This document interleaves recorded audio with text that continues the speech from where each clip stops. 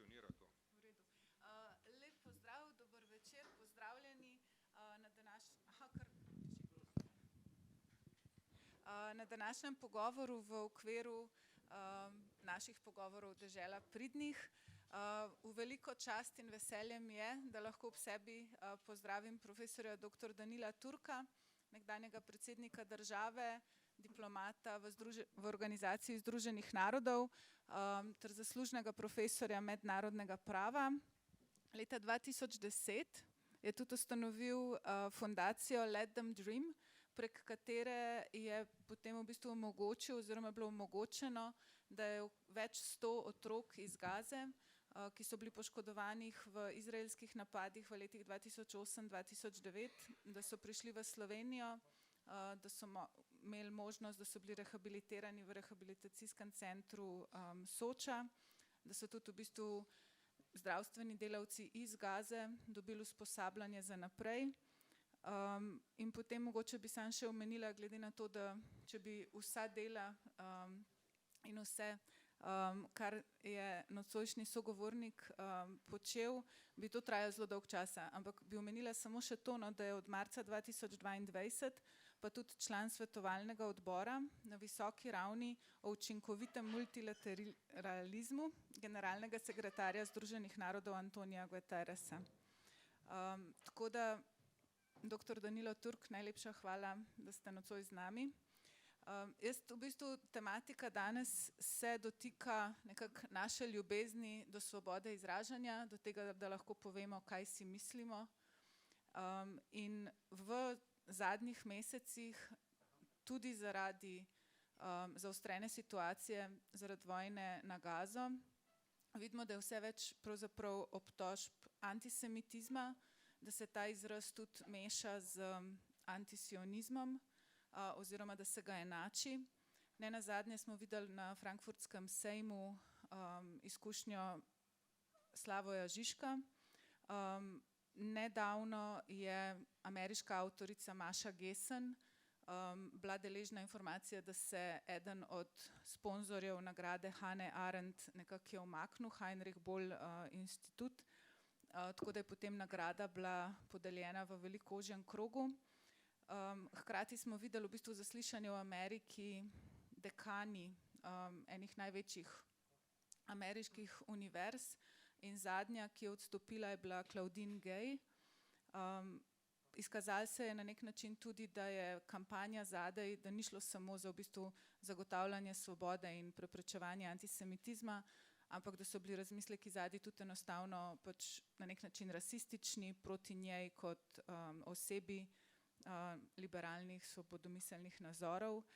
Jaz si bom malo več zdaj vzela za začetek, da odpremo prostor, ker se v bistvu v zadnjih letih zelo veliko se zdi dogaja in da se dogajajo tudi neke prelomne stvari. Včeraj smo na FDV-ju tudi videli študente, ki so pozvali vodstvo k temu, da naj se opredelijo, da smo pravzaprav soočeni z napadom na našo človečnost, na mednarodni pravni red oziroma sistem mednarodnega prava.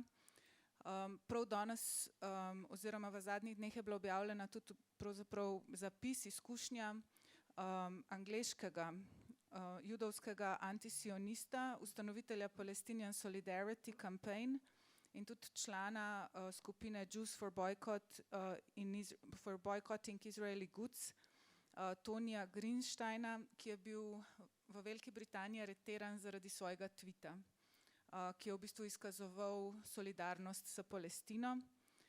Tako da zdi se, da je vse več na nek način napadov oziroma želje potem, da se kritika izraelskih oblasti kontrolira, nadzira. V Sloveniji lahko rečemo, da na nek način ta pritisk še ni tako močen, ampak vseeno, kako to razumeti? Je to nekaj, kar preseneča, ali je to nekaj v bistvu, kar se je stopnjevalo skozi čas? Kaj pravzaprav, zakaj, če nas bi morali to skrbeti? Dobro, najprej hvala lepa, da ste me povabili na ta pogovor in pogovor je pod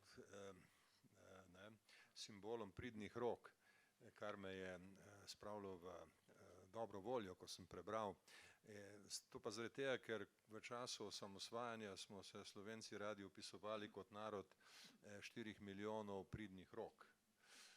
Meni se je zdelo, da bi bilo takrat bolje, če bi se opisovali kot narod 2 milijonov pametnih glav. Ampak, gledajte, pridne roke in pametne glave grejo skupaj in mislim, da je to dobra simbolika. Seveda, vi ste tukaj našteli celo vrsto problemov, ki so zelo raznorodni, ampak vsi imajo nek skupni imenovalec. In zdaj jaz bom poskušal v svojih odgovorih nekako povedati nekaj iz mojih izkušenj, predvsem ne da bi poskušal ponuditi neko veliko teorijo ali filozofijo. Čeprav ta bi bila danes zelo potrebna. Veste, Slavoj Žižek je nekoč rekel, da nam ne manjka praktičnih reševanj, praktičnih rešitev, ampak nam manjka generalna teorija. Rekel bi, generalna teorija je neka univerzalna ideologija, bi prišla prav, kajti vse velike ideologije so doživele bodisi razpad, recimo socializem je razpadel, ali pa so doživele neko metamorfozo, ki jih je zapeljala v zelo škodljive vode. Liberalizem na eni strani, na drugi strani nacionalizem.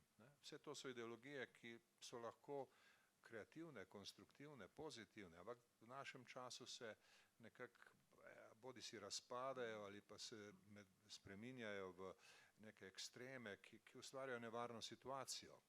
In zdaj seveda, če bi iskali neko skupno značilnost vsega tega in poskušali biti zelo praktični, bi rekli, gledajte, to že kaže znake kot neka zgodnja faza svetovne vojne.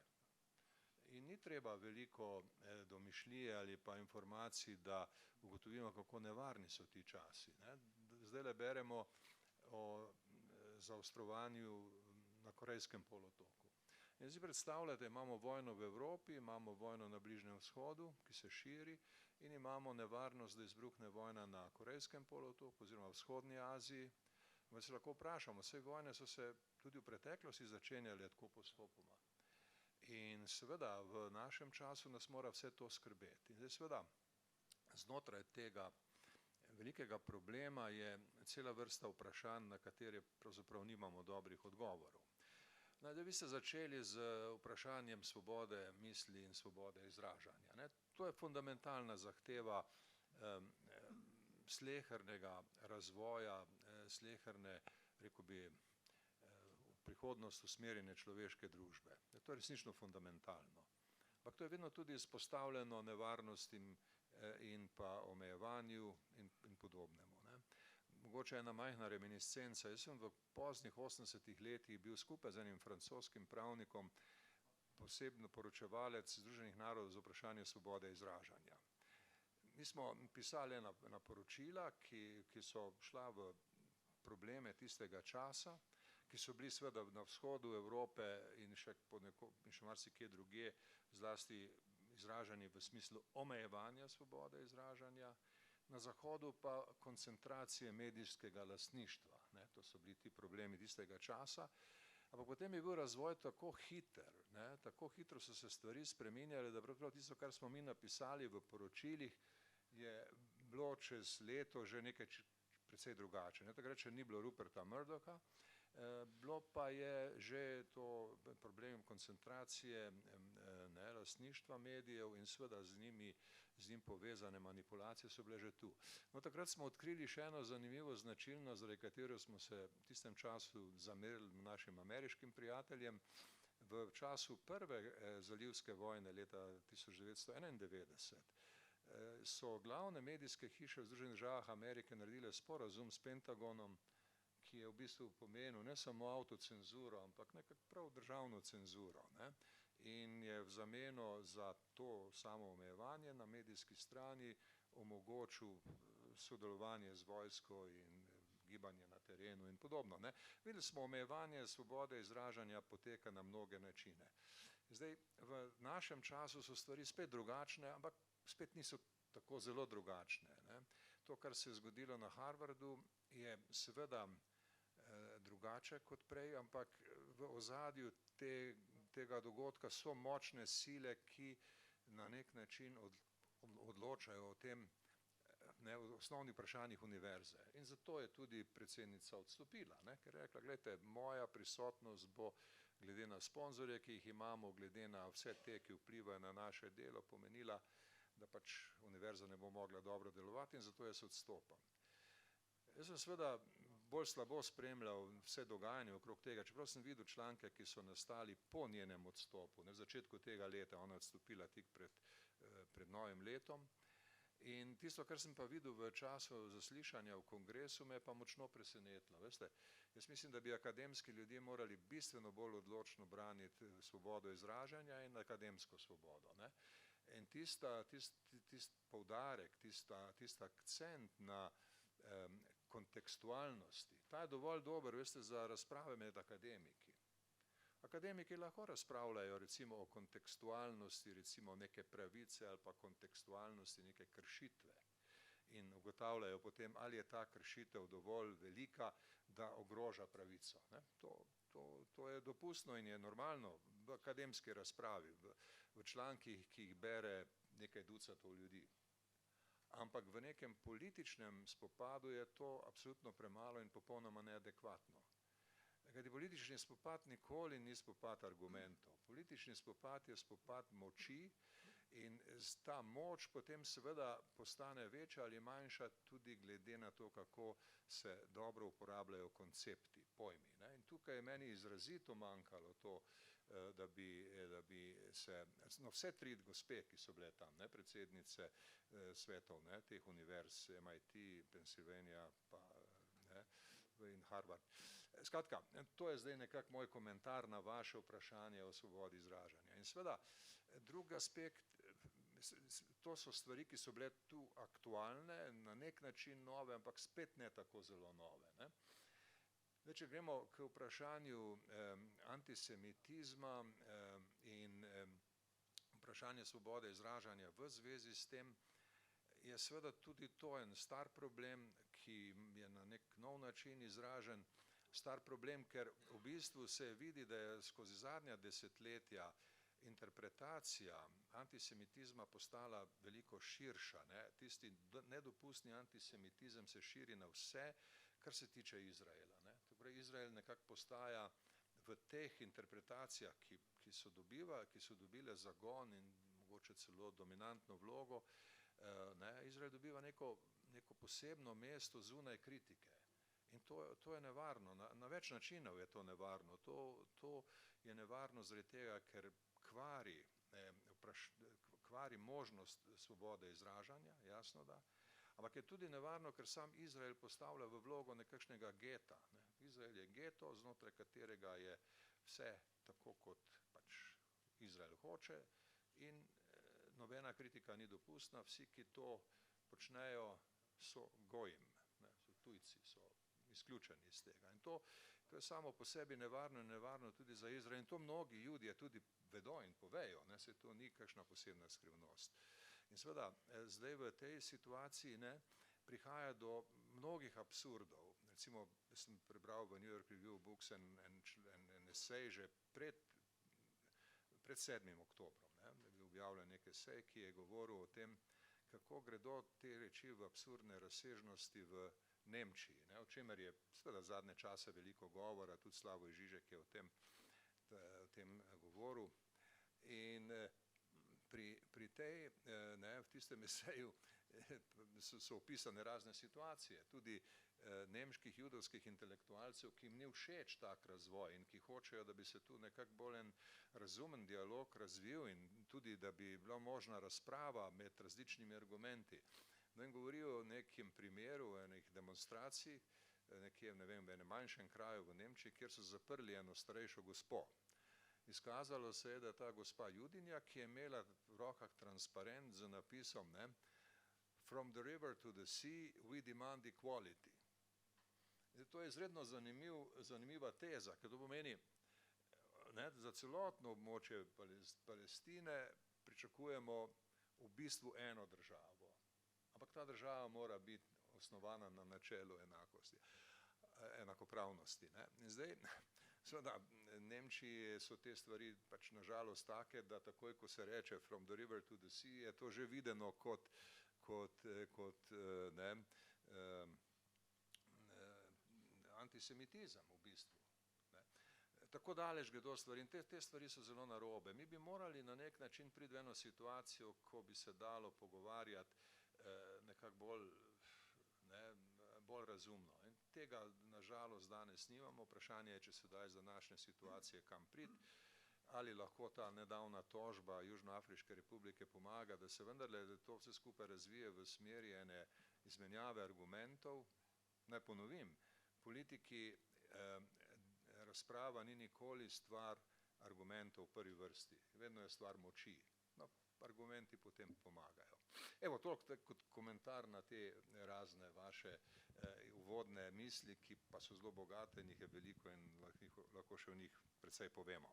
Ampak recimo, mislim tako, vidite možnost, da bi na nek način tudi Slovenija, ne, če rečemo, ni velika moč, da uporabi argumente za to, da na nek način vzpostavi samostojno držo, tako kakor pač pravi, ne, ki zagovarja mednarodno pravo, spoštovanje mednarodnega prava, in ki hkrati v bistvu ne podleže pritiskom, ki nedvomno obstajajo strani izraelskih predstavnikov, ali pa tudi obtožb, ko smo zdaj videli, da jih je konec koncev Južna Afrika deležna, da so pravzaprav podporniki terorizma, da so pravno krilo, ne, na nek način Hamasa. Tako je naša spretnost oziroma pri uporabi pojmov dovoljšna, da na nek način to golo moč izravna oziroma nas vzpostavi kot enakopravne partnerje na ravni mednarodne skupnosti. Načeloma da, seveda, ampak zdaj vedno je to vprašanje, veste, zelo konkretno. Jaz sem pred 25 leti bil veleposlanik Slovenije pri Združenih narodih in sem sedel v varnostnem svetu, sem predstavljal Slovenijo v varnostnem svetu in tam mi je dejstvo, da sem profesor mednarodnega prava, zelo pomagalo, ker na kaj se pa naj sklicujem? Ne, da bo Slovenija poslala nekam vojsko, ali bo uvedla sankcije, da bo naredila to in ono, te možnosti tu ni, tudi kakšne posebno dolge diplomatske tradicije nimamo, ne, da bi se sklicevali na neke resnično zgodovinsko izdelane izkušnje. Imamo pa nekaj adutov. Ne. Eden od adutov je, da mi smo razmeroma čist, nepokvarjen primer samoodločbe. Mi smo se odločili za samoodločbeno pot v razmerah, ko nam danes v retrospektivi nihče ne more ničesar očitati. To ni bilo vedno tako, ker Slovenija je bila sprva nezaželena država, ne, in to smo morali potem postopoma s prepričevanjem spremeniti in ta stvar se je lepo posrečila. Zdaj, se pravi, mi imamo to samoodločbeno, ko bi rekel, ta samoodločbeni kapital, ne, ki je relevanten tudi v današnjih razpravah in če recimo Združene države Amerike rečejo, mi smo za rešitev v obliki dveh držav. Dobro, kaj pomeni palestinska država v tem kontekstu? Je to neke vrste avtonomna struktura, ki je dejansko pod kontrolo Izraela in mednarodne skupnosti, se pravi neke vrste skrbniško ozemlje, ki se pač preimenuje in imenuje država, ali pa ima to kaj v sebi samoodločbene energije? In če je slednje, v čem je ta energija? Kako se to izraža? Kdo so potem predstavniki tega? Kdo bo pomagal, da bodo avtentični predstavniki palestinskega naroda resnično dobili glavno besedo? In takih je potencialnih avtentičnih predstavnikov je veliko, predvsej jih je tudi v izraelskih zaporih in tako dalje. Skratka, tu je en potencial, ki se ga da uporabiti. Seveda potrebno je imeti tudi določeno mednarodno pravno znanje in to pride v poštev, veste, v zelo konkretnih situacijah. Jaz sem to doživljal recimo na stvareh, ki javnosti pravzaprav niso zanimive. Recimo, ko je Kofi Annan šel v Bagdad, ne, takrat leta 1998, to ni bilo všeč velikim silam, ampak niso mogle nasprotovati in so potem nekako rentačile v varnostnem svetu okrog tega, ali je on imel pristojnost, da sklene s Saddamom Huseinom en sporazum, po katerem je Saddam sprejel mednarodno kontrolo nad njegovimi palačami, ne, kar je bilo v tistem trenutku osrednje sporno vprašanje, in potem v zameno za to pa bi se morala umakniti grožnja z uporabo sile proti Iraku. Ne. Kofi Annan je šel hrabro v to in vprašanje, ki je nastalo, je, ali je dobro, ali je on imel sploh, ker izrecnega pooblastila ni imel, ali to sploh sme narediti. Ne. In v takih situacijah zelo prav pride, če lahko en predstavnik govori, gledajte, tu so inherentna pooblastila generalnega sekretarja, inherentna pristojnost. Ne. Tam nas je bilo nekaj takih, ki smo to govorili, recimo tudi japonski veleposlanik Hisashi Ovada, ki je bil kasneje sodnik meddržavnega sodišča, veleposlanik Argentine. Ne. Naredila se je kar okrog tega pravnega argumenta ena taka majhna koalicija, ki je zadoščala v situaciji, ko je to negodovanje velikih sil bilo sicer prisotno, ampak ni bilo tako močno, da bi nas to povozilo. Ne. Podobno je bilo tudi še v kakšnih drugih primerih, v primeru vzhodnega Timorja, naprimer, in še tu in tam, ne, kar pač v situacijah, kakršne so takrat bile. Zdaj, kako bo danes, je seveda težje reči, ker danes so stvari težje, danes so stvari nasploh težje. Razhajanja so večja v varnostnem svetu, imamo vojne, ki so zelo resne, imamo zelo velike, zelo globoka razhajanja iz tega izhaja in seveda vprašanje je, kaj bo delovalo. In zdaj seveda tu je položaj Slovenije izredno občutljiv in jaz ne bi rad dajal prognoz, mislim, da imamo dobro ekipo, ki zna delati, ne. Veleposlanik Žbogar je bil moj namestnik, on se sigurno spomni, pred 25 leti se še spomni kakšnih prijemov iz tistega časa, je tudi privržen takemu bolj kreativnemu nastopanju, tudi glede nedavne prve resolucije letos, ki je Varnostni svet sprejel na temo varnosti plovbe v Rdečem morju in ožini Bapel-Mandeb, je Slovenija dajala amandmaje. In je tudi nekaj malega dosegla, kar je bil prvi tak korak v varnostnem svetu, ki je pokazal, želimo biti aktivni. Ne. Ampak po drugi strani imamo tudi to, ne, da bo Slovenija skupaj z Združenimi državami Amerike tisto, kar v varnostnem svetu imenujejo co-pen holder, to se pravi avtoresolucij za Ukrajino. In potem si lahko predstavljate, da bo to precej zahtevna zadeva, ne, o kateri ne bi želel zdaj ugibati ali fantazirati, ampak samo rad bi ilustriral, ne, da v bistvu delo v varnostnem svetu je izredno naporno, izredno težko, pravni argumenti pridejo zelo prav, ampak so vedno vezani na neke konkretne vsebine in veste, to potem tudi v glavnem ne motivira splošne javnosti, ker se ni za pričakovati, da se bodo ljudje ukvarjali s vsemi podrobnostmi. Ne. Gledali bodo na širši učinek vsega tega. No, in tu seveda si bo slovenska javnost sigurno prihranila pravico do kritičnega gledanja. Ne. Kako pa bo, tem bomo se lahko kdaj kasneje pogovarjali. Ampak recimo vseeno, tudi na globalni ravni se zdi, da je pravzaprav glas ulice, glas ljudi zelo jasen, glasen, strani politikov, predvsem Evrope, tudi ZDA, pa vidimo zelo malo, ne, kljub temu, da so v resnici zelo vpletene v delovanje Izraela. Kaj bi se lahko naredilo več, oziroma kaj bi bilo smotrno in na nek način smelo narediti več? Glede, zdaj danes zaseda Svetovni ekonomski forum v Davosu, ne? In tema tega foruma je, kako ponovno spostaviti zaupanje. To je eno tako hrepenenje, ki si ga seveda ljudstvo, ki prihaja v Davos, želi. Oni želijo imeti zaupanje, ne? Ampak zaupanje je nekaj, kar si je treba zaslužiti. In ljudstvo, ki se zbira v Davosu, si tega ne zasluži.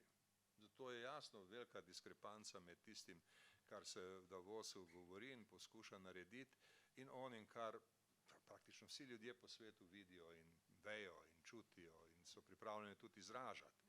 Tako da zdaj tukaj zaupanja ni in jaz mislim, da je eden velikih problemov današnje politike ravno to, da so politični razredi zaigrali svoje zaupanje in da ga zdaj pa ne bodo mogli vzpostaviti. Zdaj, kako bo to izgledalo v primeru palestinskega vprašanja? Jaz mislim, da tukaj je stvar še posebno težka, ker tukaj so vse mogoče tradicije in obveznosti v razmerju do Izraela, ki so nastajale dolga leta. Jaz sem pred dnevi prebral eno zanimivo knjigo, ki je napisal nek Anthony Loewenstein, Jud iz Avstralije, novinar, ki je živel dalj časa v Izraelu in on je začel z enim zelo poštenim pristopom, je hotel resnično razumeti, kaj se dogaja.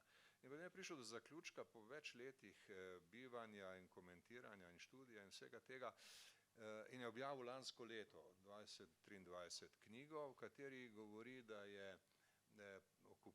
so okupirana ozemlja pravzaprav nek laboratorij, kjer Izrael preizkuša vse mogoče prakse represije in jih potem svetovno trži. In da imajo vsi neko korist od tega. In piše seveda, daje celo vrsto primerov, ki jih jaz tu ne morem ponavljati, vam preberem, vam priporočam to knjigo, Anthony Loewenstein, tako je že laboratorij, Izrael's laboratorij, nekaj tajega se imenuje. Ne?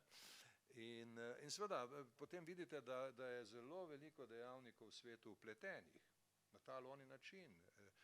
Represivne tehnologije, represivni modeli, tudi recimo cel razvoj brezpilotnih letal, droni so bili vedno zelo dobra tehnologija za kontrolo Gaze, ki je od zunaj zaprta in ima tudi pomorsko blokado. Tam ni izraelske vojske in policije, ampak je pa od zunaj ta kontrola. In seveda, to je ustvarjal en poseben položaj. In zdaj seveda ta poseben položaj se tudi da na različne načine interpretirati. Recimo Maša Gessen v tem eseju govori, da pravzaprav je to narejeno po nekem modelu geta. Potem imate enega drugega izraelskega avtorja, filozofa, ki govori, da je cel Izrael narejen na podlagi ideje geta, zavračanje. Ampak kako to narediti v času, ko ima Izrael pri svojih 12 milijonih prebivalcev na svojem ozemlju že zdaj, približno več kot 2 milijona arabskih državljanov oziroma prebivalcev Izraela, in zdaj kako bo to šlo naprej za to osnovno idejo, da se tu naredi ena judovska domovina, ki bo samo judovska. Hočem reči, zdaj vse to ustvarja dodatne nivoje komplikacije in jaz ne vidim, kako se bo to v kratkem razpletlo. Zdaj, če se vrnemo k južnoafriški tožbi, jaz mislim, da je ta tožba lahko zdravilna, zaradi tega, ker bo izpostavila vse te probleme na en pravniško racionalen način in da mislim, da je to dobro. Zdaj, seveda si ne delam iluzij, da bo iz tega išla rešitev. Ampak mislim, v celem tem kompleksu teh vprašanj je to lahko pozitivno in mislim, da je treba to tožbo podpreti, ker je korak v pravo smer. To pomeni, da je primerno, da Slovenija podpre to tožbo? Jaz mislim, da ja. Jaz mislim, da bi bilo prav, da jo Slovenija podpre. Prvič, ker se tudi sicer načelno in nenehno in kar naprej sklicuje na to, da hoče spoštovati mednarodno pravo, da hoče, da mednarodno pravo prevlada. V redu, tu je zdaj postopek, ki bo dal možnost, da se to naredi in hrabrost, ki je bila potrebna, da se ta postopek začel, je vredna spoštovanja. Tožba je povzročila že zdaj nek učinek, ki seveda ni pravni učinek, ampak je razbila ta zid nedopustnosti kritike, o katerem sem govoril prej. In zdaj zahodni svet bo imel velike težave, da zagovarja tisto, kar se v angleščini imenuje moral high ground. Kako moral high ground, če nasprotujete, če govorite, da nekaj, kar je evidentno povezano z eno grozno situacijo in z evidentnim naklepom, zdaj zanikate. To potem ni več, izgine ta moral high ground in jaz mislim, da se to zdaj že dogaja in verjamem, da se bo to dogajalo še naprej. Zdaj, kakšen bo pravni zid, bomo videli in kakšne bo imelo to učinke na sprotno odločanje v varnostnem svetu in na drugih lokacijah, tudi to bo treba še videti. Omenili ste, da poznate osebno tudi enega od avtorjev te tožbe, mednarodnega pravnika Johna Dugarda, ki je bil tudi med leti 2001 in 2008 posebni poročevalec za situacijo oziroma glede stanja človekovih pravic na palestinskih okupiranih ozemljih. In on je takrat delal je tudi na meddržavnem sodišču, rekel pa je, da po njegovem mnenju za izkušnjo južnoafriškega apartheida so zločini Izraela hujši kot tisto, kar se je dogajalo in odvijalo v Južni Afriki. In to je bilo v bistvu pač že nekaj let nazaj, je bila ta njegova izjava. Pa me zanima, tako, zdi se, ne, da nekateri ljudje se ne bojijo obtožb antisemitizma oziroma jih ne utišajo. Ja. Zakaj ne? No, John Dugard je eden od njih, jih je pa še več. In vedeti morate, da je ta primerjava z apartheidom danes zelo široko sprejeta. Ne? To primerjavo je dal Jimmy Carter še pred mnogimi leti. To primerjavo so dale Amnesty International, Human Rights Watch in druge zelo pomembne organizacije, ki si prizadevajo za človekove pravice. Skratka, to ni zdaj neka iznajdba. Ne? Res pa je, da je John Dugard neka posebna osebnost v vsej tej dolgotrajni zgodbi, ker je najbolj vztrajen. On se dejansko ne pusti utišati, se ne pusti prestrašiti in seveda ima en poseben moralni kredit za to, ker je tudi sam brezhibno deloval kot nasprotnik apartheida. Seveda njemu ni mogoče očitati nobene dvoličnosti. Seveda, taki ljudje so redki, taki ljudje so dragoceni in taki ljudje lahko s svojim prispevkom povečajo moč. Niso pa oni tisti, ki imajo moč ali ki so moč. Ne? Tako da tu moramo biti realni, ne? Kaj se bo iz tega razvilo, kako bo ta stvar napredovala, kako bo, ne, na vse zadnje, veste, na sodišče vplivajo mnogi vplivi. Ne? Zdaj recimo predsednica Meddržavnega sodišča v tem času je Joan Donoghue, ki je bila pravnica v ameriškem zunanjem ministrstvu prej. In zdaj, če gledate vse te komentarje, ki se objavljajo okrog postopka pred Meddržavnim sodiščem, boste opazili, da mnogi pravijo, ja, ona bo sigurno se posvetovala z State Departmentom, pa potem bomo videli, kaj bo nastalo, ali bo nastalo kakšno odlaganje, odlašanje, kaj podobnega. Ne? Na veliko se štejejo tudi glasovi sodnikov glede na njihovo nacionalnost, kar po mojem mnenju ni dobro, ne? Ker v bistvu to potem ko bi rekel, krepi neko predstavo o sodišču kot instrumentu državnih politik. Ne? In to ni v redu. Zdaj ta tožba daje možnost, da vendarle sodniki pokažejo nek svoj lasten, ne samo pravniški, ampak tudi etični profil. Ne? In jaz mislim, da jo treba tako gledati in to je John Dugard seveda zelo dragocen, ker on je človek, ki bo nastopal v teh razpravah in njega ni mogoče niti utišati, niti preupiti, niti ga ni mogoče kratko in malo narediti za irelevantnega. On je osebnost sui generis, da tako rečem. Pa se vam zdi recimo vloga Meddržavnega sodišča v recimo relaciji do Mednarodnega kazenskega sodišča, kjer imamo britanskega tožilca Karima Kana. Kako gledati na to? Tam v bistvu se zasleduje individualno kazensko odgovornost. Videli smo tudi v bistvu zdaj že v nekaterih državah prve poskuse obtožnic proti izraelskim voditeljem zaradi zločinov, ki se dogajajo na podlagi univerzalne jurisdikcije. Koliko pomembno je v resnici, da ostane na nek način pozornost na Meddržavnem sodišču, koliko je tudi na nek način zavezujoča ta sodba, glede na to, da svetovalna mnenja, ki jih je izdalo sodišče oziroma eno glede apartheidskega zida, ni bilo obvezujoče. In ob tem, kakšna je ta zavezujočost za države? A recimo Slovenija ni podpisala deklaracije, ki bi nasplošno priznavala pristojnost oziroma jurisdikcijo Meddržavnega sodišča in da bo spoštovala vse odločitve sodišča, a mora pristopati, da bi jo odločitve sploh zavezovale v tem primeru? Ne, to ni potrebno. Vi govorite o fakultativni klauzuli po 36. členu statuta Meddržavnega sodišča, ki pomeni, da država za eno izjavo vnaprej sprejme pristojnost sodišča za vse spore, ki se je tičejo. Ne, spravi, neka druga država je lahko toži. Mi te klauzule nismo podpisali, ampak sodišče ne glede na to ima pristojnost sprejeti obvezujočo sodbo. In to velja, ta sodba velja za vse in velja tudi za organe Združenih narodov. Mislim, tako sodbo je nemogoče ignorirati. Se tudi posvetovalna mnenja zavezujejo organe Združenih narodov, ne, zlasti generalnega sekretarja, ki ne more potem fantazirati nekako mimo tega. Ne. tega tudi generalni sekretarji ne počnejo. Ampak zdaj tisto, kar je v tem primeru pomembno, je,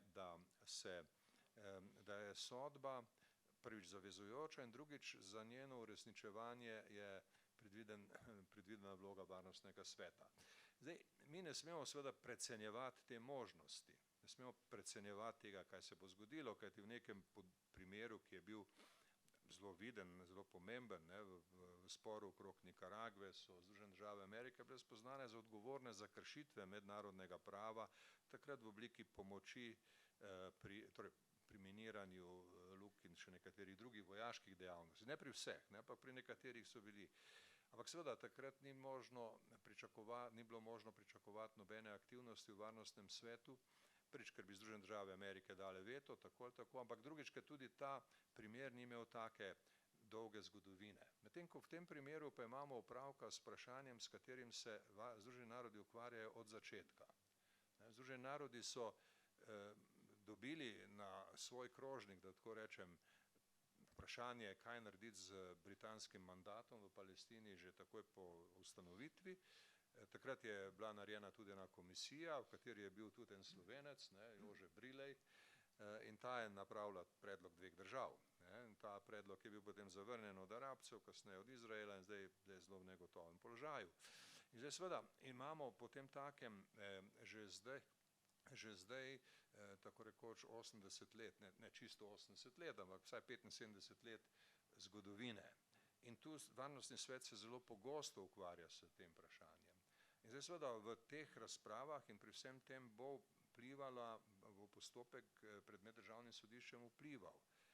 Spet, ali bo to lahko kaj bistvenega spremenilo, ne vemo, kajti odloča moč. Ampak pravo lahko okrepi tisto moč, ki jo svet potrebuje. Tako da pustimo, videli bomo, kaj se bo zgodilo. Mislim, da brez učinka to ne bo.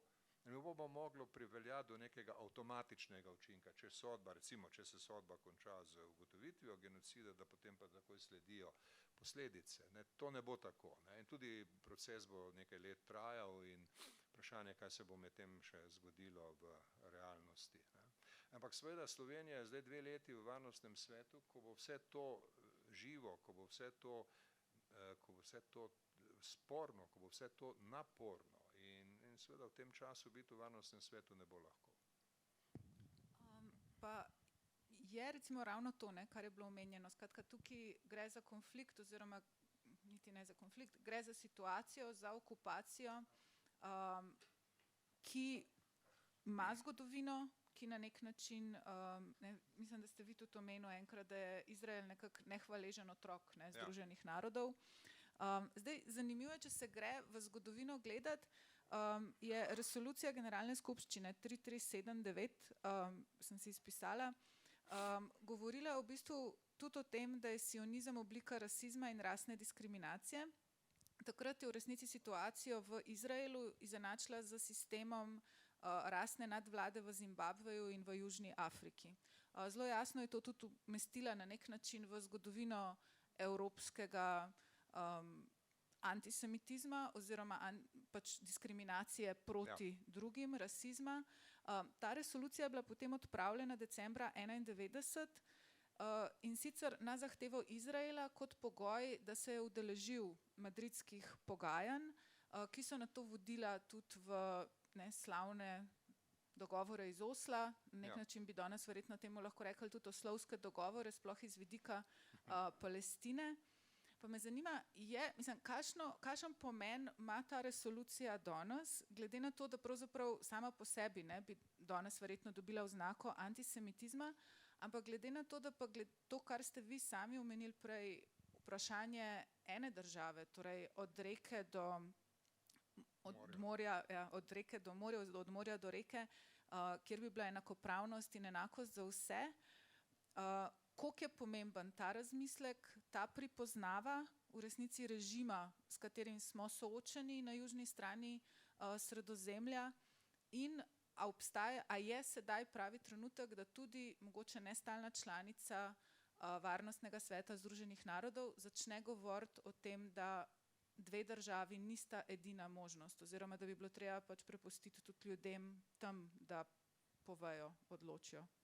Glede, to sta dve stvari. Jaz mislim, da vračanje na pozicije, ki so bile v 70-ih letih zelo razširjene, v letih po vojni leta 1967, 70. leta so bila polna takih, rekel bi, te retorike, teh izjav, te kritike, in to se ne bo ponovilo, tako da zdaj obnavljanje tiste resolucije po mojem mnenju ni smotrno, niti ni mogoče in svet se med tem zelo spremenil. Svet se je spremenil, ampak spet se ni spremenil odločilno.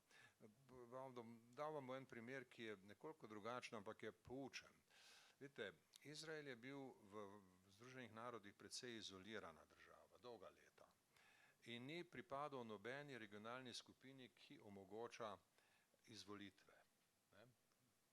Ker v azijsko skupino ni mogel priti, skupina tako imenovanih zahodnoevropskih in ostalih držav ga tudi ni želela sprejeti in je bil tam nekako, kako bi rekel, nezakonski otrok, če ostanemo pri tej metafori o otroku. In seveda, potem so se stvari spremenile in spreminjale so se v 90-ih letih, kmalu zatem, ko je bila tista resolucija ukinjena, ko so se začeli z madridsko konferenco neki novi procesi. Treba vedeti, takrat je bil predsednik Izraela Icak Šamir, ki ima svojo lastno teroristično zgodovino, kot pripadnik Irguna iz onih časov v 40-ih letih in tako naprej, ampak bil potem predsednik vlade in seveda zelo, zelo oster ekstremističen in je bilo težko ga pripraviti v ta pogajanja, no, sledil mu je potem Icak Rabin in potem se je stvar posrečila in tako naprej. In tu je nastalo eno upanje. In v tistem upanju je Izrael bil sprejet v skupino zahodnoevropskih in ostalih držav. Jaz to vem, ker je ta zadeva sovpadala z željo Slovenije, da vstopi v skupino zahodnoevropskih in ostalih držav. To je bila naša politika takrat v 90-ih letih. Od vstopa v Združene narode leta 92 pa nekako do leta 96, ko smo mi to politiko opustili in rekli, dobro, v redu, če vsi hočejo, da bomo v vzhodnoevropski skupini, pa bodimo, samo da bomo lahko izvoljeni.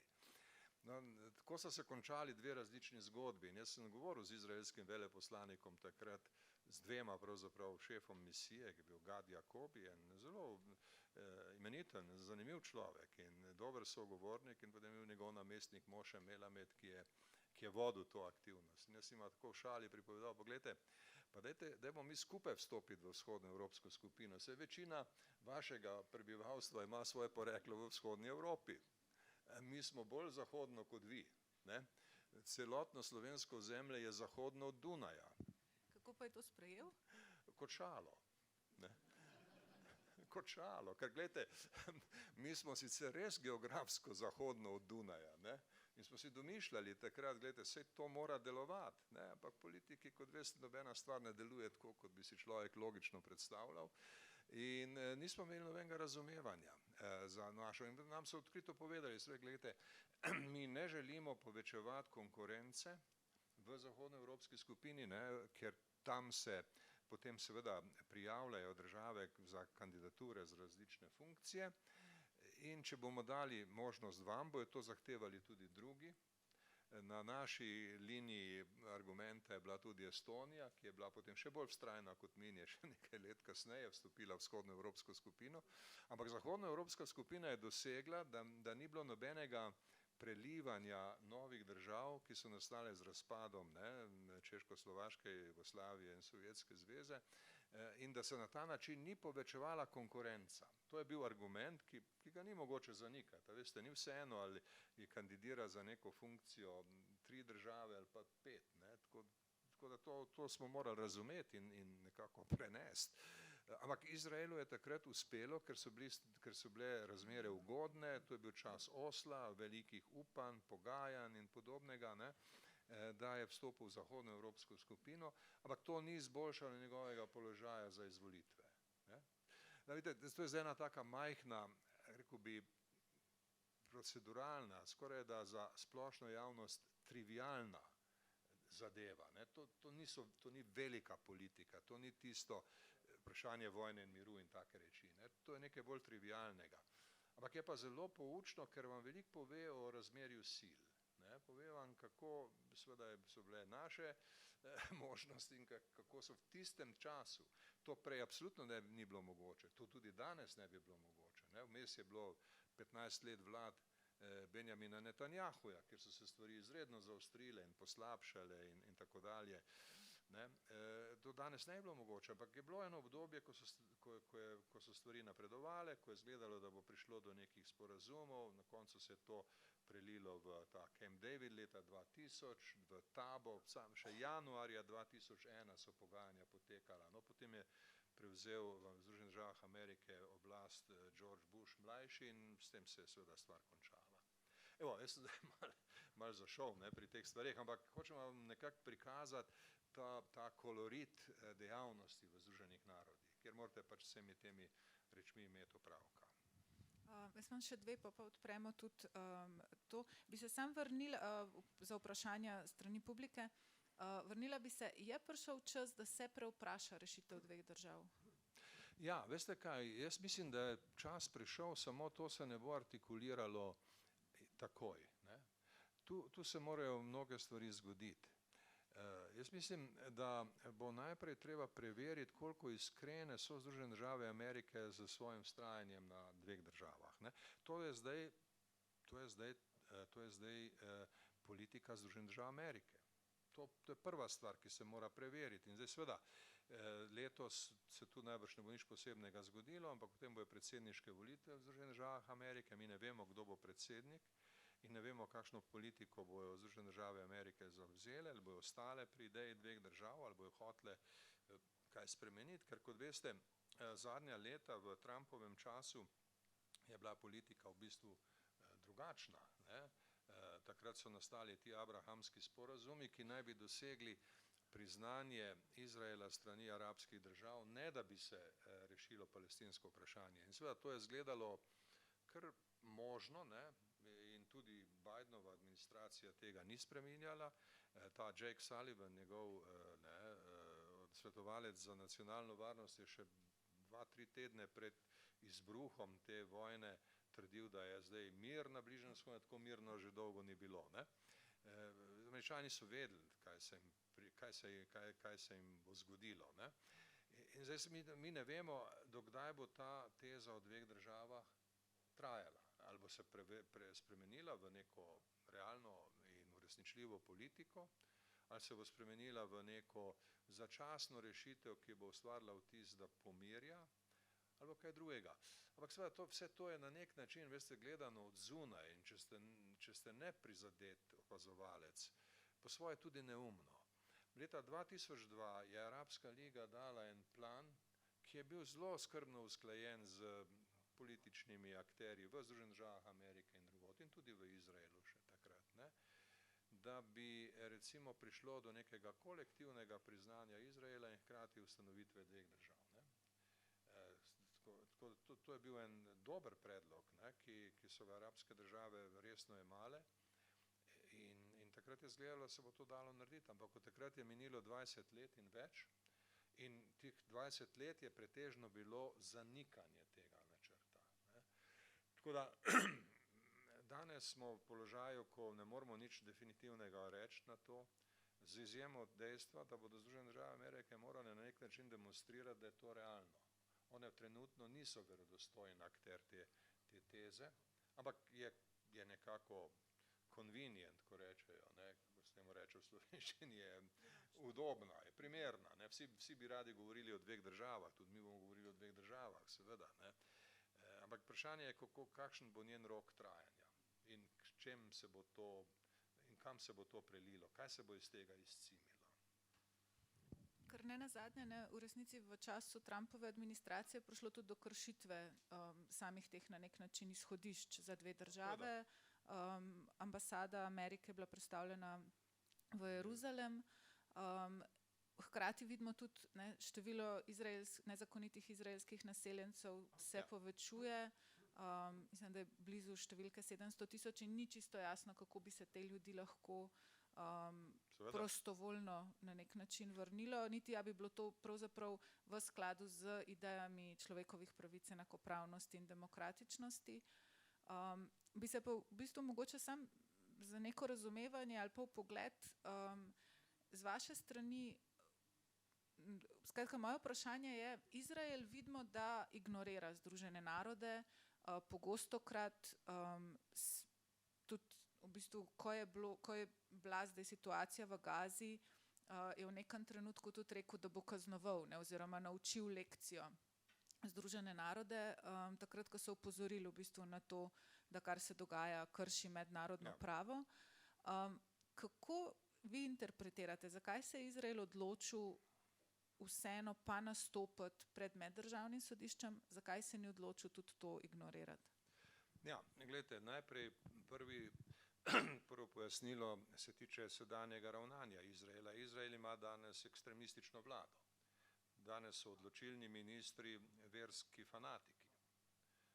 Ljudje, ki mislijo, da je Biblija njihov stara zaveza, njihova edina platforma, medtem ko je mednarodno pravo pač neka iluzija, neka domislica, ki je nastala mnogo kasneje in ne zavezuje tega starodavnega ljudstva, da postane popoln vladar, da popolnoma obvlada svoje ozemlje. Tako da to je zdaj en verski ekstremizem, ki je sam po sebi izredno nevaren. Kajti ta verski ekstremizem se povezuje z verskim ekstremizmom na islamski strani. Bolj ko ena stran prehaja v ekstremne versko motivirane pozicije, bolj to velja tudi za drugo stran. Ne? In tukaj se ekstremisti v bistvu na nek način kar dobro razumejo. Ne? Eni drugega zanikajo, ampak to je dialog, ki obojim ustreza in ki ničemur ne koristi. Pa to moramo vedeti, to je zdaj situacija taka, jaz ne vem, kaj se bo tu dalo narediti, da se spremeni ta položaj. Kajti v bistvu, veste, za debakl, ki ga je Izrael doživel 7. oktobra, bi morala vlada takoj odstopiti. To je popolnoma nezaslišano. Država, ki se ima za eno najbolj usposobljenih vojaških sil in najbolj razvitih varnostnih sistemov in, kot sem rekel prej, prodaja svoje varnostne rešitve po celem svetu, nenadoma doživi tako neverjetno presenečenje. Vsa ta elektronika, vsi ti senzori, vse to nič ne pomaga, nenadoma se zgodi ena grozna stvar in potem seveda sledi nek popolnoma kaotičen odgovor, ki je povzročil povečanje števila smrtnih žrtev in tako naprej. To bil razlog za odstop, ampak seveda zgodilo se obratno, nastala je neka vlada narodne enotnosti, ki zdaj vodi vojno in zdaj kako se bo iz tega prešlo v kaj drugega, je pravzaprav težko reči. V nekem trenutku bo nastale razmere, v katerih bo treba narediti bilanco vsega skupaj in zdaj to bo preizkušnja seveda tudi za demokratične koncepte v Izraelu in to bo precej vplivalo na nadaljne dogajanje. Tako da jaz vam tu ne morem dati neke vizije, kako bo ta stvar šla. Lahko pa še enkrat povem, da veste, vse to bo potem se odsevalo tudi v Združenih narodih, v Varnostnem svetu in Slovenija bo imela opravka z vsem tem, če nam je to všeč ali ne. Mi ne bomo mogli tiščati glave v pesek. Mi bomo tam, mi bomo del razprave, mi bomo morali povedati, kaj si mislimo. In to zna biti neprijetno in naporno. Meddržavno sodišče je pa tako, zakaj je to Izrael ocenil trenutno, da je... Ja, to je najbrž ocenil čisto po cost-benefit principu. V bistvu bi ga zanikanje sodišča več stalo kot to, da se spusti v pravdo in poskuša prevladati s tezo, da tam ni genocida. In potem, če to prevlada, razglasiti zmago. Ampak seveda, tudi ta račun je zelo tvegan, ker v bistvu do sodbe je še veliko časa, do tiste končne sodbe se ne bo prišlo kmalu. In sodišče je že v preteklosti pokazalo, veste, zelo zanimivo zanimiv pristop, ne, v primeru Bosne in Hercegovine, ne, ko je Bosna in Hercegovina tožila Zvezno republiko Jugoslavijo. Sodišče ni moglo priti do zaključka, da je Zvezna republika Jugoslavija odgovorna za genocid, za izvršitev genocida v Srebrenici, ampak reklo, da ni preprečila, čeprav je imela informacije in je bila v položaju, da ga prepreči. Ne. Konvencija o genocidu je konvencija o preprečevanju in kaznovanju. In se seveda, genocid je neko čisto posebno kaznivo dejanje, kjer je aspekt preprečevanja izredno pomemben. Nobene koristi ni od tega, da se čaka na konec genocida, potem ugotovi, da se je nekaj groznega zgodilo in se začne moralizirati nikoli več. Sej avtori konvencije so hoteli preprečiti ravno to. Zato so rekli preprečevanje in kaznovanje. In zato so dali tudi v 1. člen konvencije, da so vse države dolžne preprečevati genocid. In zdaj seveda tukaj nastaja en prostor, da se vidi, kaj ta dejanja pomenijo, ali so to taka dejanja, ki ustvarjajo učinek genocida, so to dejanja, ki jih je treba ustaviti, zato da se genocid prepreči. Sodišče ima tu eno polje aktivnosti, ki je seveda izredno pomembno in kjer si Izrael ne more privoščiti odsotnosti svojega argumenta. Ta argument seveda ni v vseh pogledih prepričljiv, recimo argument samoobrambe, če vzamete, ta je bil zelo v modi, zdaj se manj govori o tem. Ne? A veste, čisto vseeno je, a je samoobramba ali ni samoobramba, genocid ni mogoče opravičiti s samoobrambo. Ne? In drugič, že pri tistem posvetovalnem mnenju o zidu na Zahodnem bregu, je Izrael poskušal uporabiti argument samoobrambe in je rekel, mi doživljamo napade z tega Zahodnega brega na ozemlje znotraj Izraela in uporabljamo pravico do samoobrambe. Sodišče je reklo, ne, izrecno reklo, ne, vi pravice do samoobrambe nimate, vi ste okupacijska sila in ste odgovorni za varnost tega na tem ozemlju. Se ne morete sklicevati na samoobrambo. Skratka, kot vidite, stvari so kompleksne in tu je veliko vprašanj, na katerih ni odgovorov kar tako, ne, brez neke temeljite izmenjave argumentov in zato bo pač na sodišču prilika in Izrael bo naredil vse, da dokaže, da prvič ni storil genocida in zdaj vprašanje, ne, ali bo lahko trdil, da ni, da je preprečeval genocid. Ker zdaj, kot vidite, poudarja se, ne, humanitarna pomoč in tako naprej, kar pa je seveda zelo neprepričljivo. Mogoče kakšno vprašanje, oziroma sem prepričana, da kakšno je.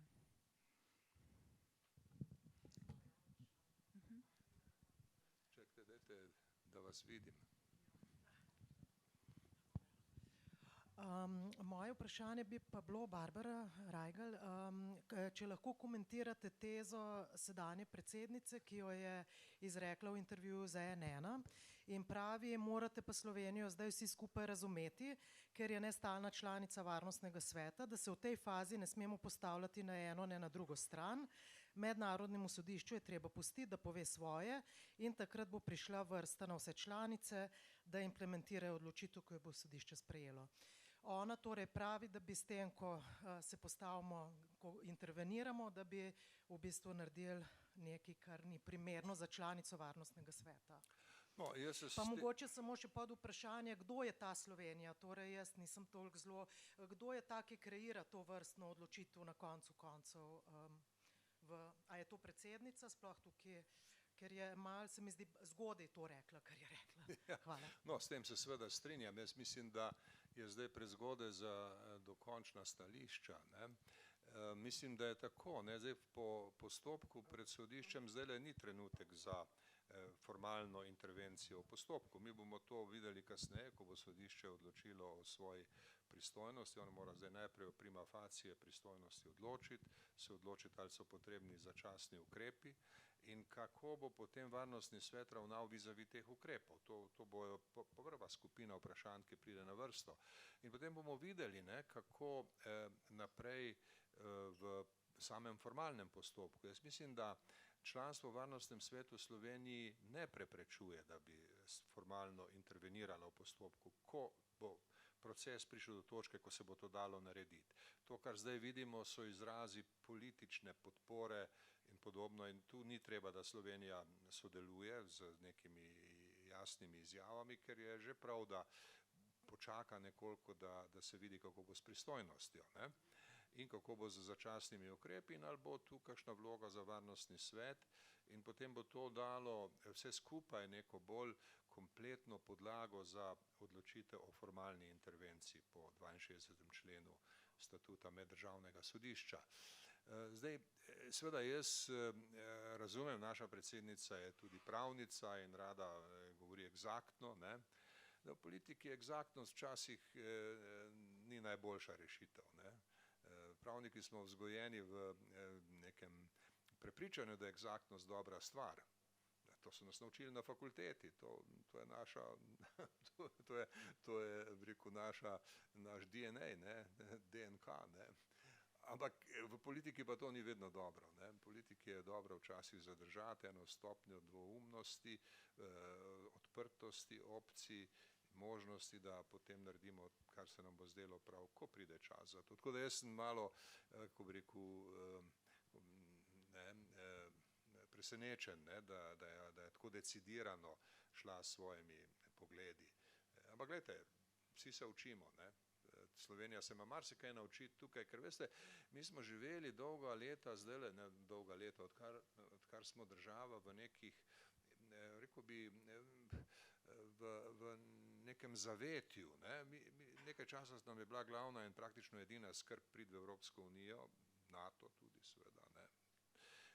Ampak potem, ko smo not, ne, pa nekako je bilo kar zadosti, da smo not in potem bo že nekako to vse skupaj kot skupna politika, ne. Zdaj pa smo nenadoma na prepihu sami.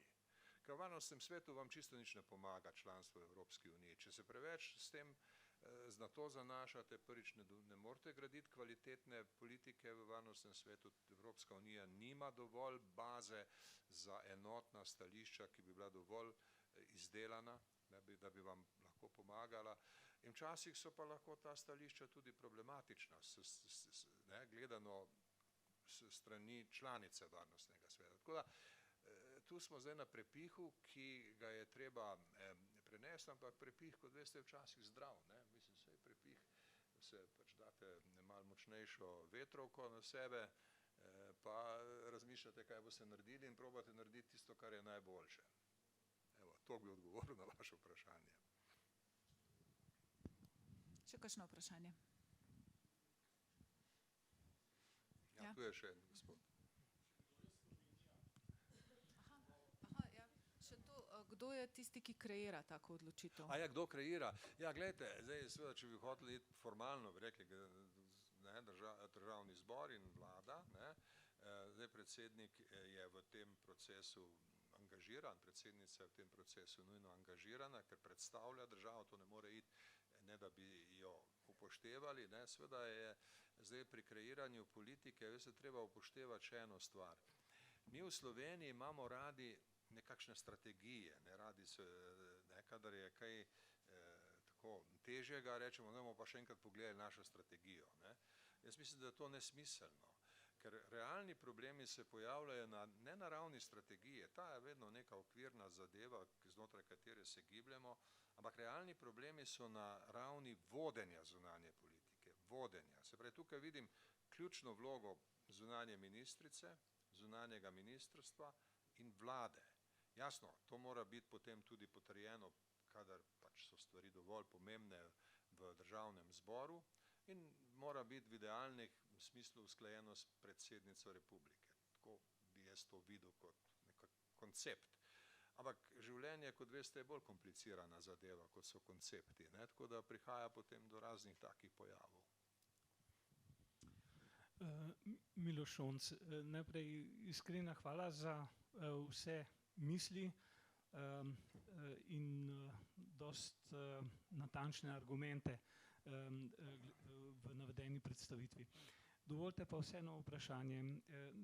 Človek se skoraj ne more izogniti torej primerjavi z recimo Ukrajino ali pa, kot ste tudi omenili, z azijskimi nekaterimi konflikti, kjer smo pravzaprav soočeni z različnim, bi rekel, ravnanjem, mišljenjem, sugestijami, usmeritvami in tako naprej. Ne, da to ustvarja neko zmedo daleč od tega, ampak kaže pa na neko hipokrizijo. Ne. Ja. In tukaj me zanima naslednje. Žrtve te hipokrizije oziroma tega nenačelnega ravnanja so pravzaprav ljudje ali pa smo mi ljudje vsi skupaj. In to so dnevno otroci, civili in tako naprej v Gazi, v Ukrajini, torej, da ne rečem kje v Aziji tudi in tako naprej. Se pravi, kaj je zdaj s časom? Čas je tisti faktor, ki pravzaprav jemlje vsak trenutek življenje ljudem. Kako pravzaprav doseči nek rezultat okrog tega, ki bo viden? Včasih pri kakšnem Vietnamu so bile množične demonstracije ali kaj takega, zdaj tukaj je od časa do časa nekaj videti, ampak bi rekel, da se nekaj prime dnevno in tako naprej, da bi se spremenilo ravnanje, tega pa jaz ne vidim. In samo, torej kot rečeno, čas je na strani pravzaprav moči, tako kot ste prej omenil, ni na strani pravnih rešitev ali pa nekih političnih rešitev, ki jih ta trenutek ni na vidiku, vsaj jih jaz ne vidim. Morda vprašanje, odgovor na to. Dobro, gledajte, jaz bom več stvari povedal v tej zvezi. Prvič, glede Vietnama. Res, da so bile demonstracije, ampak dolgo je trajalo, preden je prišlo do sporazuma. Ne?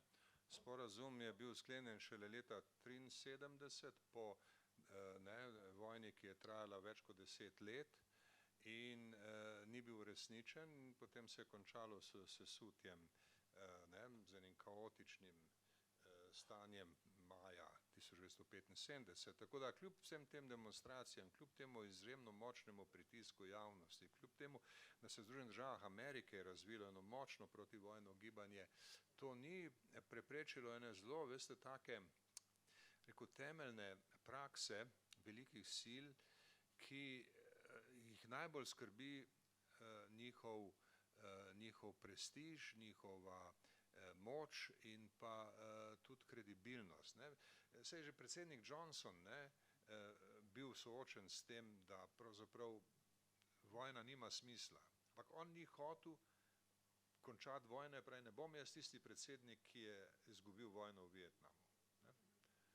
In tako dalje. Mislim, to je v naravi velikih sil, to je treba razumeti. Velike sile so takšne. Drugo, če gledate, kako bi se to lahko spremenilo v nekaj drugega. Zdaj, po koncu hladne vojne je obstajalo neko kratko obdobje medenih tednov, post-Cold War honeymoon so temu rekli. In takrat je izgledalo, kot da ne bo več takega nasprotovanja med velikimi silami v varnostnem svetu, ki bi onemogočala učinkovito dogovarjanje. Ta stvar se je razvijala od nekako leta 1987, Gorbačov, kot veste, je prišel na oblast leta 1985, leta 1987 se je Sovjetska zveza recimo vključila in 5 stalnih članov znalo ustaviti vojno med Iranom in Irakom. Ta vojna je bila kasneje pozabljena, ampak je bila zelo pomembna za nastanek razpoloženja političnih razmer, v katerih je potem v letih 90-91 nastalo prepričanje, da se je zgodovina končala. To je bil tisti znameniti Francis Fukuyama, End of History. Jaz sem prišel v New York leta 1992 in takrat je še bilo to prepričanje, zdaj pa je tu novi čas, velike sile sodelujejo, dogovarjanje je možno, veta ne bo več. To je bilo realno razpoloženje takrat, v tistem času. Generalni sekretar Združenih narodov, takratni Boutros Ghali, je naredil eno poročilo Agenda for Peace na zahtevo varnostnega sveta, ki se je sestal na nivoju šefov držav in vlad januarja 1992. Pa je to poročilo do poletja naredil. Jaz sem tja prišel septembra 1992 in se zelo veliko vnemo vključil v razprave o raznih vidikih tega poročila in moram vam reči, da vsi smo začeli entuzijastično in vsi smo obtičali. Boutros Ghali je predlagal, da naj bi pravico zahtevati posvetovalno mnenje od meddržavnega sodišča imel tudi generalni sekretar, ne samo generalna skupščina, pa drugi glavni organi. In to smo gledali, to je pa dobra ideja, se to bi pomagalo, da generalni sekretar potem lažje daje svoje predloge. ampak so bile velike sile takoj proti. Najbolj so bili zgovorni Britanci, ki imajo zelo bistroumne diplomate, take prebrisane in clever, ne, kot pravijo. Ti so to takoj uničili. Ne. In potem je prišla Bosna, prišla Somalija, prišla Ruanda in to upanje se je sesulo in od takrat naprej je vse spet slabo. In seveda moramo vedeti, da pač je to neka realnost, ki ne bo zlahka spremenjena. Zdaj, omenjena je bil Myanmar in položaj skupnosti Rohingja. Ne? Vidite, jaz sem kot pomočnik generalnega sekretarja zelo natančno spremljal Myanmar. In takrat smo hodili od Poncija do Pilata, Rohingja, pa tukaj se dogaja grozna diskriminacija, vse to nasilje se mora na nek način končati. To absolutno nikogar v svetu ni zanimalo. Nikogar to ni zanimalo. Problem je star, se je tako rekoč od vekoma je tam. In edini, ki so bili pripravljeni se o tem pogovarjati, je bil Visoki komisariat za begunce v Ženevi. Oni so bili, ja dobro, to je resen problem in dajmo videti, kaj lahko naredimo humanitarnega. Ampak da bi se pa kdo upal lotiti političnega vidika tega problema, tega ni bilo. In potem je prišlo do seveda poslabšanja in zdaj imamo tudi tožbo, ne, skupine držav iz Afrike zoper Myanmar zaradi genocida. In Myanmar se brani, celo Aung San Suu Kyi je nastopila, ko je še bil tisti kratek moment demokracije v Myanmaru, v obrambo svoje države in v zanikanje genocida. Hočem reči, to so komplicirane stvari. Zdaj, jaz mislim, da če pride do nekega novega sporazuma med velikimi silami, se da drugače poslovati. Ampak ne vidim, kako bi se to v teh razmerah lahko zgodilo. Jaz si želim, da ne bi bilo 3. svetovne vojne prej, ne? Ampak da bi nastale neke razmere, v katerih se bi velike sile odrekle vojne, našle nek modus vivendi, znotraj katerega bi potem postalo možno tudi o težjih vprašanjih v varnostnem svetu nekaj skupnega narediti. Seveda so tu tudi drugi člani varnostnega sveta, ampak z njimi ne bo takih težav. Veste, ti se bodo hitro priključili, če bo nastala pozitivna atmosfera. Tako da, jaz mislim, da zdaj trenutno ne smemo pričakovati, da bo kaj resnejšega nastalo in to, da ne bo nič resnejšega nastalo, bo zelo obremenjevalo probleme v Myanmaru, ne samo v zvezi z Myanmarom, ki je zdaj že pozabljen, kljub temu, da tam razpada država in utegne nastati velika vojna, mogoče veste, to potem takoj angažira sosednje države, Kitajsko, Indijo, vprašanje, kaj bo tam nastalo. In tu na teh odprtih bojiščih, ki jih vidimo na Bližnjem vzhodu v Ukrajini, stvari ne kažejo nič dobro, vsaj letos ne. Tako da jaz ne morem biti, veste, bil bi neiskren, če bi zdaj poskušal nekako umetno ustvariti neko upanje. Ne smemo tega imeti. Bojim se, da gremo v en položaj, ki utegne biti podoben nekakšni 30-letni vojni. Veste, da imate bojišča tu in tam in na tretjem koncu in potem iz tega izide nek nov model sodelovanja, ko je dovolj škode narejene in dovolj ljudi mrtvih. Tako da čas ni obetaven. Pa to veste že sami, to ni treba, da vam jaz pripovedujem. Zdaj, palestinska pravnica Šaht Hamuri je omenila, da na njej se zdi, da na nek način rešitev je tudi ta, da v mednarodni politiki ravno zaradi nezaupanja političnim elitam več glasu dobijo na nek način tudi ljudje. Da je v bistvu zadnji čas, skrajni čas, da se v resnici vzpostavi neka večja pravičnost, ko pride do mednarodnega prava, mednarodne politike. In prav Palestina se zdi primer na nek način vztrajnosti, dostojanstva, kljubovanja, ki ni pripravljeno popustiti, kljub 75 plus letom okupacije. Mislim, se lahko kaj naučimo od Palestincev? Prav gotovo in jaz mislim, da ima prav. Ne? Ampak seveda zdaj je odvisno od tega, kje se bo kaj zgodilo. Ne? Recimo, če bi zdajle prišlo do enega debakla Izraela v Gazi, kar je popolnoma možno, ker pogledajte, zdaj vojna traja 3 mesece, o tem, da bi bili talci izpuščeni, ni govora, zdaj je nek kompromis dosežen, da se tudi zdravila, ki jih talci potrebujejo, pridobijo. Ne. Veste, to ne zgleda kot izraelska zmaga. In seveda, če se to konča z neke vrste porazom ali pa z neke vrste neodločenim izidom, ki je popolnoma tuj ideji te sedanje ekstremistične oblasti, lahko iz tega nastane tudi ena sprememba znotraj Izraela in lahko se potem stvari razvijajo v neko drugo smer. Tega ne bi želel izključiti. Ampak politično gledano je to odločilno, ampak ni zelo verjetno, oziroma tudi če bi kdo verjel, da se bo to res zgodilo, je vprašanje, ne, kako in kdaj. Tako da to je en vidik. Ne. In če se to zgodi, seveda potem bodo tudi Združene države Amerike morale premisliti, do kakšne mere in v kakšni smeri bodo podpirale Izrael in seveda, če bo to pozitivna smer, nastajajo priložnosti. Ne, v sami palestinski skupnosti bo tudi verjetno treba marsikaj, se bo moralo marsikaj spremeniti, ker v bistvu vedno do zdaj, no, zadnja desetletja ni bilo jasne, kako bi rekel, strukture gibanja palestinskega. Ne. Nekdanja gibanja so bila uničena, ljudje so pomrli, Arafat, Saeb Erekat, recimo tisti, ki so vodili ta pogajanja.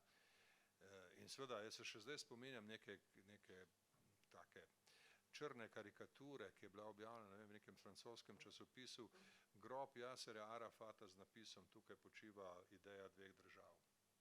Ne. In tako dalje. Ne. Skratka, vsa tista generacija, ne, je mimo. Ne. Ampak po drugi strani, gledajte, jaz sem bil v Izraelu večkrat in sem tudi obiskal družino Jicaka Rabina, ne, njegovo vdovo, njegovo hčer in smo imeli tako, rekel bi, toplo razpravo. Ne. So ljudje v Izraelu, ki bi radi, da se stvari drugače razvijajo. In jaz mislim, da so te gospe bile iskrene, da to ni bila taktika, ker nimajo razloga, da bi taktizirale. One so vedele recimo za ta naš projekt v Gazi, za to pomoč tem pohabljenim otrokom in so to vzele kot neke vrste dokaz, da resno mislimo, da nekaj resnega počnemo, ne, da ni to pač tam politična razprava. In seveda, one niso izgubile upanja. Ne. Tako da, gledajte, spet, jaz vam ne morem povedati recepta, ne. Ta ideja je dobra. Ali obstaja potencial, možnost se neke politične sile razvijajo, ki bodo šle po tej poti, tega pa še ne vemo. Še kakšno vprašanje mogoče?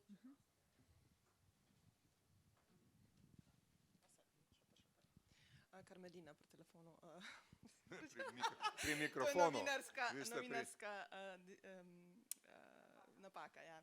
Karmelina Husejnović mene zanima, kako pa vi gledate na pozive, da naj Slovenija oziroma naj Evropska unija, pa tudi druge države prekinejo diplomatske stike z Izraelom in uvedejo sankcije?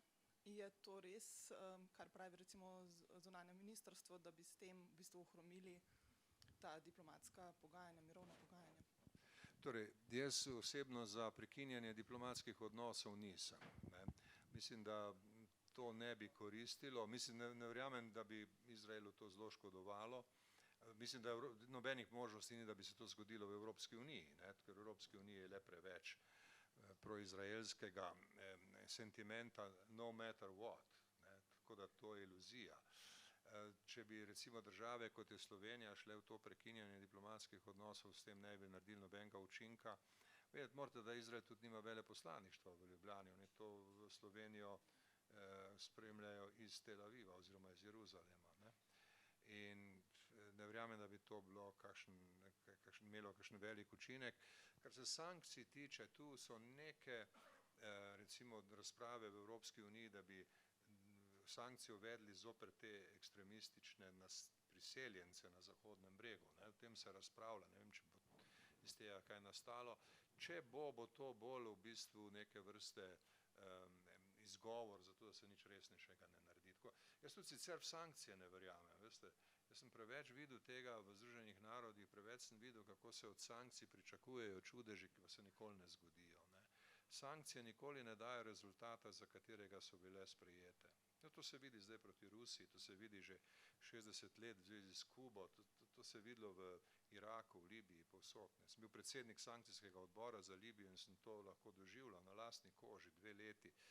In tam se je išlo iz sankcij s političnim pritiskom, ki ga je vodil Nelson Mandela, kjer se je vključila Saudska Arabija, kjer je svoje spretnosti prispeval Kofi Annan, pa so našli neko pot ven iz tistega, ne, da so pač osumljence postavili pred sodišče, sankcije postopoma ukinili in potem je bila stvar končana. Ampak sankcije same po sebi niso dale rezultata.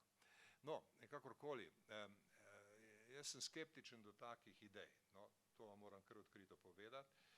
Mi imamo s tem, da smo zdaj v Varnostnem svetu, veliko razlogov, da se pogovarjamo z vsemi. Tam se bo morali naši diplomati pogovarjati tudi z Izraelom, kar ne bo lahko, ker trenutno je na oblasti ena skupnost, ki najbrž pošilja tudi sebi primerne diplomate v Združene narode, kot smo to lahko tudi videli, ne, v Združenih narodih. Tako da, evo, odgovor na vaše vprašanje je bolj negativen kot pozitiven. Bi pa sploh mogoče vseeno nadaljevala, ker recimo zdaj v Sloveniji je, mislim, da nekako poziv, ki ima največ podpisnikov, trenutno prišel s strani kulture. Vidimo na nek način zadržanost akademikov, tudi politikov v Sloveniji in po svetu. Vseeno smo prej govorili, ne, da dnevno pa umirajo, mislim, da trenutno je 150 se zdi, ne, na dan. Število ob tem, da bolnišnice ne obstajajo več in zaradi tega v bistvu umirajo tudi tisti, ki bi lahko živeli na nek način v Gazi. Iz Palestine je že dolg časa nazaj, 2005, prišel poziv, ravno zaradi tega, kar ste tudi vi preomenili, ne, da Izrael pravzaprav profitira zaradi okupacije, zaradi razvoja tehnologije orožja. Je prišel s strani Palestincev poziv na nek način skupnosti sveta, po solidarnosti, zdaj oni so takrat to definirali bojkot, deinvesticija, sankcije v luči oziroma v zavedanju, kako je to potekalo v primeru južnoafriškega apartheida. Kaj lahko kdorkoli od nas naredi? Mislim, so te glasovi vendarle pomembni, ki opozarjajo na to, kar se dogaja, ne vem, prepoved izvoza in uvoza izraelskega orožja. Je to mogoče sankcija oziroma ukrep, ki bi bil bolj smiselen ali tudi ne? Na kakšen način v resnici ukrepati ob tem, da se zdi, da spremljamo, kar ste tudi sami rekli, ne, da same izjave izraelskih politikov kažejo nek genocidni razmislek, ki vodi te sedanje politike Izraela. Ja, glejte, zdaj, jaz mislim, da se da marsikaj zahtevati, ne. Ena od teh zahtev je, nehajte z dobavami orožja in streljiva Izraelu. To je zelo pomembna zahteva. Zdaj, a so to sankcije? To niso sankcije, to je enostavno pogoj za mirno rešitev, ne. In jaz mislim, da je na tem treba vztrajati. In seveda vsi, ki, zdaj, jaz ne vem, koliko Izrael izvaža orožja, zdaj, trenutno, ne, ko ga sam močno potrebuje in kaj izvaža, ne, tu je treba biti zelo jasen in zelo dosleden, ne. To je ena taka konkretna stvar, ampak jaz ne bi tega definiral kot sankcije, to je enostavno pogoj, da se pride do miru. Druga stvar, jaz mislim, da treba nenehno vztrajati, da je humanitarno premirje nujno kot korak k miru, brez tega ne bo nič. In tu bo treba kritizirati Evropsko unijo in to hinavščino, ne, ki pravi, ja, saj to ni mogoče, zato bomo pa mi povečali humanitarno pomoč, ne. To je hipokrizija, ne, to enostavno bi bilo treba tukaj nekaj reči. Veste, in te stvari tudi niso posebno nove in tudi niso posebno, kako bi rekel, izvirne. No, jaz se spominjam, v času vojne v Bosni in Hercegovini je prišla v Sadako Ogata, takratna visoka komisarka za begunce. Ena izredno imenitna gospa, tako bi rekel, etična in zelo prepričljiva. In takrat se je začela, veste, ta hinavščina z humanitarno pomočjo. Češ, ja, gledajte, mi vojne ne moramo ustaviti, ampak bomo pa povečali humanitarno pomoč. Ne? In v tem kontekstu na politični ravni so pa začeli pogosto zahtevati briefinge humanitarnih agencij, zlasti Visokega komisariata za begunce. In Sadako Ogata je rekla, in to je bilo tudi v medijih dobro opaženo, je rekla takrat: gospodje, hvala lepa za vašo podporo. Mi na komisariatu bomo naredili vse, kar je v naši moči za humanitarno pomoč, ampak vi upoštevajte, da vaša naloga ni, da nas hvalite. Vaša naloga je, da poskrbite, da bo mir. Ni nadomestila za mir. Ne? In isto je tudi tu. Mislim, zdaj govoriti o humanitarni pomoči in tu, recimo, če bi Slovenija lahko znotraj Evropske unije sprožila neko večjo razumevanje, neko akcijo, bi s tem bilo veliko storjenega. Ker veste, zdaj tukaj ta humanitarna pomoč je seveda velik vir hipokrizije, ker prvič države seveda si perejo vest na ta način, dobro, nismo v stanju narediti mir, ampak bomo pa dali humanitarno pomoč. Drugič, humanitarna pomoč največ koristi prinese humanitarnim organizacijam države, ki humanitarno pomoč daje. Ja, in veste, to spet je biznis, ne? In to velik biznis, ne? Ki je nastal zadnjih 30 let. Jaz se spomnim, ko sem prišel v Združene narode leta 1992, je imel generalni sekretar enega svetovalca za humanitarno pomoč in ta je imel enega pomočnika. Jan Eliasson, ki je bil kasneje imel še druge funkcije v Združenih narodih. Danes je ta urad za humanitarno koordinacijo eden največjih, najpomembnejših organov v sekretarijatu Združenih narodov. Letno se ocenjuje, da je vrednost humanitarne pomoči, ki se zbere skozi celoten sistem Združenih narodov, okrog 20 milijard dolarjev, kar je 4-krat več kot redni proračun organizacije. Ne? Potrebe so pa ocenjene nekje na 40 milijardah. Sprav, to je en velik poslovni projekt, da tako rečem, in tudi to je treba zavračati kot nadomestilo za mir. In če hočemo biti še malo bolj čustveni in orientirani k zgodovinskim zgledom, ne, Cicero je nekoč zapisal, ne, in quesimam pacem justissimo bello antefero. Ne. Raje imam še tako nepravičen mir, kot še tako pravično vojno. In mi, recimo, to ni zdaj samo stvar, veste, neke generalne filozofije ali pa nekih oddaljenih zgodovinskih citatov, ampak tudi naša izkušnja z Bosno in Hercegovino je zelo podobna. A bi bilo bolje, da se tam nadaljuje vojna, kot da imamo zdaj nek tak negotov mir, ki je pa vendarle manj slaba opcija. Ne? Jaz nočem delati nobenih primerjav med Bosno in Hercegovino in Palestino, ampak hočem reči, kako je mir nujen pogoj za to, da se sploh lahko z neko normalnost, da lahko se začnemo upati v neko normalnost. Isto velja seveda tudi za Ukrajino, kjer so bile priložnosti iz preteklosti zapravljene, zamujene, zavrnjene in tako dalje. In seveda to je povzročilo hudo tragedijo, ki bo imela desetletja, mogoče stoletja posledic za Evropo in za svet. Skratka, mir je izredno dragocena kategorija, dragocena vrednota, ki pa je močno podcenjena. Močno podcenjena. Kaj pa pravičnost? Ja, gledajte, tukaj moramo biti spet previdni, ne? Vi veste, da se je v zvezi z Ukrajino pojavljala teza, ja, mir bo, ampak samo pravičen mir. Ne? In pravičen mir so potem razlagali v Evropski uniji, seveda, ko bo Ukrajina zmagala, bo pravičen mir. In mi imamo še zdaj to tezo v obtoku. Če ste gledali razpravo na Svetovnem ekonomskem forumu v Davosu, ne, recimo tudi ameriški svetovalec za nacionalno varnost, Jake Sullivan je govoril v tem smislu, Zahod govori v tem smislu, ne, saj bo Ukrajina zmagala in tako tisto bo pol mir in to bo pravičen mir. Ne. Ne, gledajte, to je cinizem, to je hipokrizija.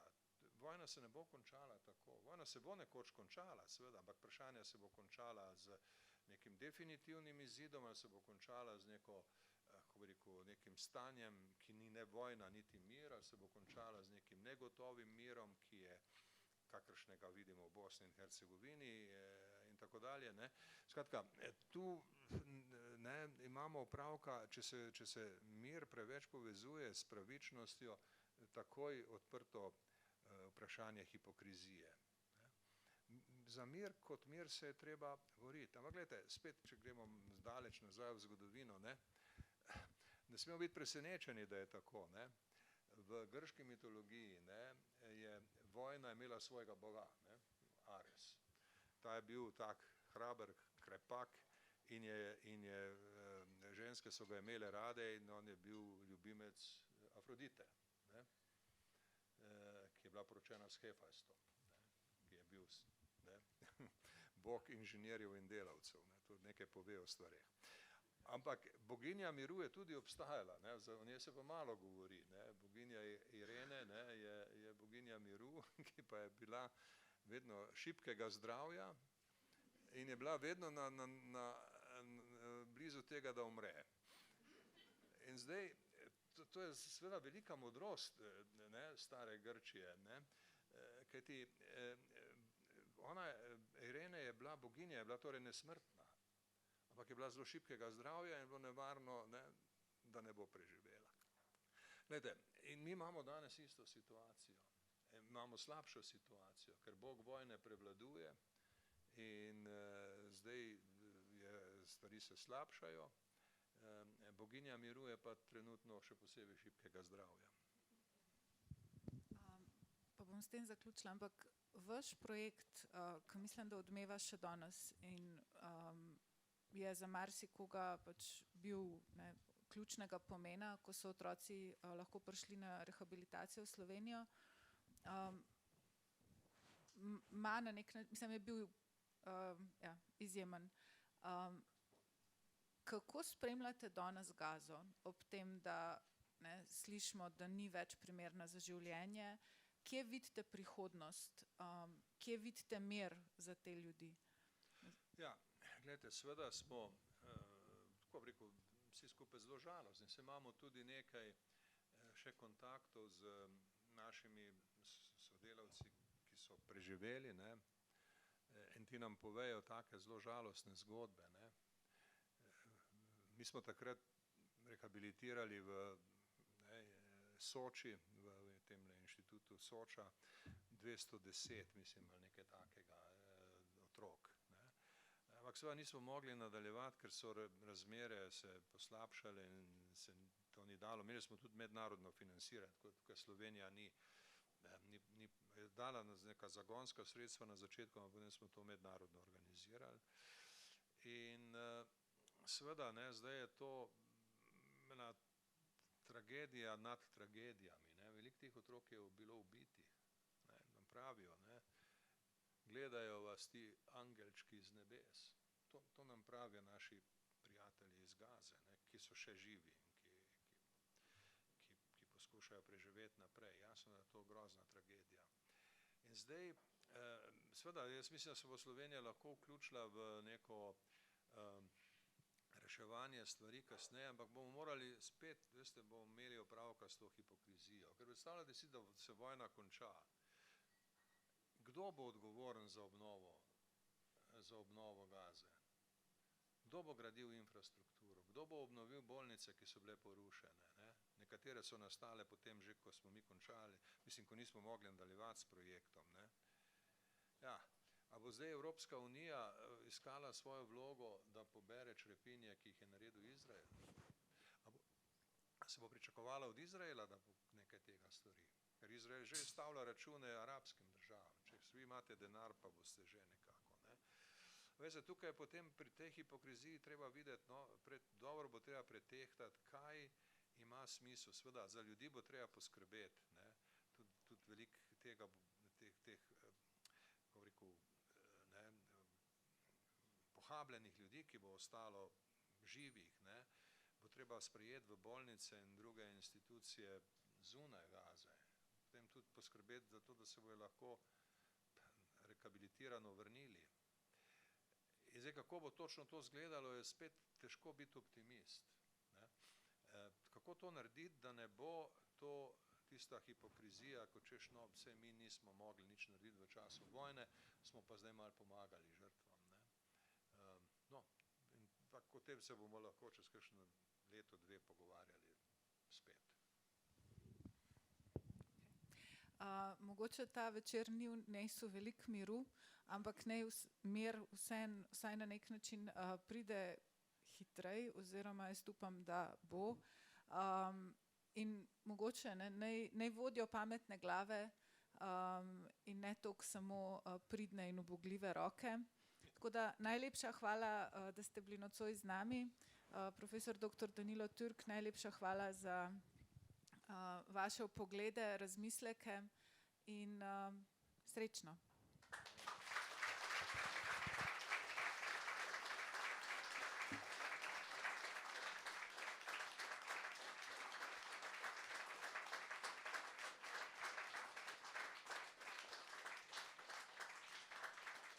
Hvala lepa in hvala, da ste prišli v tako lepem številu. Ne. Res upam, da se bomo še kdaj videli. Hvala lepa.